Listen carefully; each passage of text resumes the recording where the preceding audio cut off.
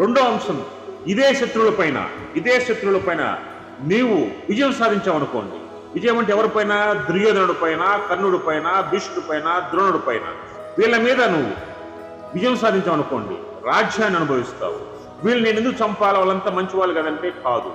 నీకు దుర్యోధనుడు అంటేనే దుష్ట నీతి కలవాడు, కర్ణుడు వచ్చేసి ఆ దుష్ట నీతికి, అధర్మానికి సపోర్ట్ చేస్తున్నవాడు. అదేవిధంగా భీష్ముడు అనగానే, భీష్ముడు ఆ రోజు ద్రౌపది వస్త్రాభరణంలో అతను ఏం చేశాడు?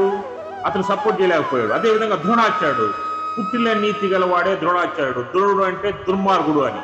ఆ ద్రోణాచార్యుడు యొక్క దుర్మార్గం ఆలోచన వలన అదే ఈ కురుక్షేత్రంతో వరకు వచ్చింది.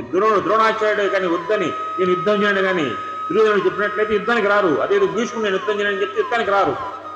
భీష్మ ద్రోణులు ఇద్దరు కూడా స్వార్థపరులే. భీష్మ ద్రోణులునే పాండవులతో యుద్ధము చేయమనే మాట అంటే దుర్యోధనుడు ఖచ్చితంగా వారసులు. దుర్యోధనుడు యుద్ధానికి రాడు.